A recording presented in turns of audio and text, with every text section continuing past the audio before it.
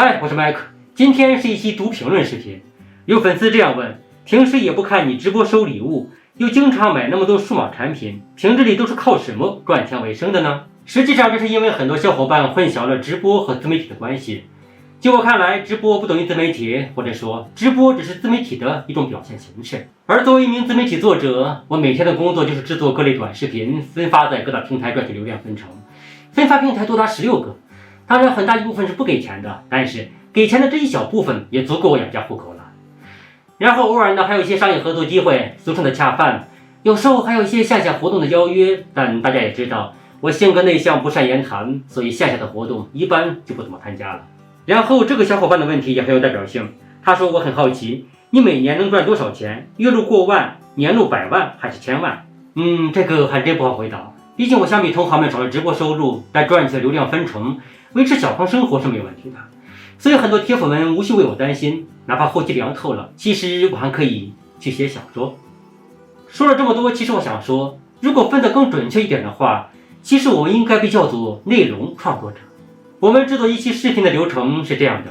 首先是玩游戏录制素材，大家可以看到我的硬盘里有一个存储素材的文件夹，并且按照游戏进行了分类，有战地1、战地5、战地2042、使命召唤17、孤岛惊魂6等等。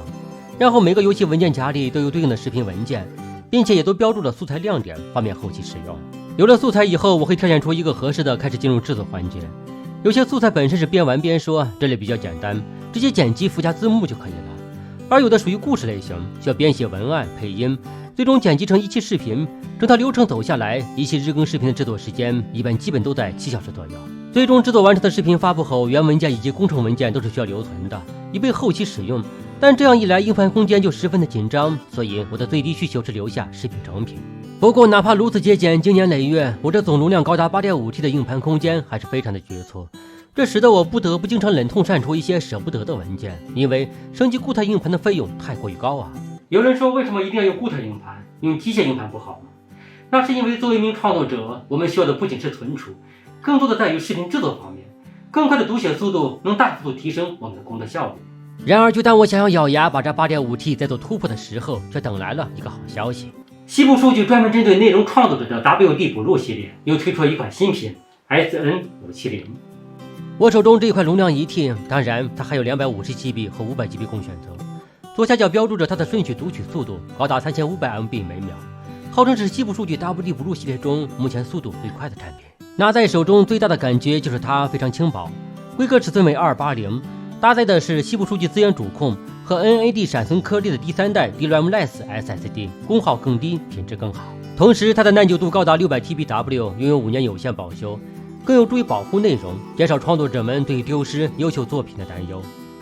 上机后我首先跑了一下基准测试，最终结果和厂家标注的一样，果真是 WD 补录系列中目前最快的产品。如果你用的也是西部数据的硬盘，那么它的硬盘监测软件 SSD Dashboard 是很有必要安装的。我们可以使用它很轻松地看到硬盘的使用情况、健康状况、工作温度等一系列数值，同时在性能模块中还可以监测到即时的读写速度和温度变化。所以我做了一个小测试，向这块 SN570 拷贝了一个20G 的视频文件，此时的工作温度非常稳定，波澜不惊，维持在51度，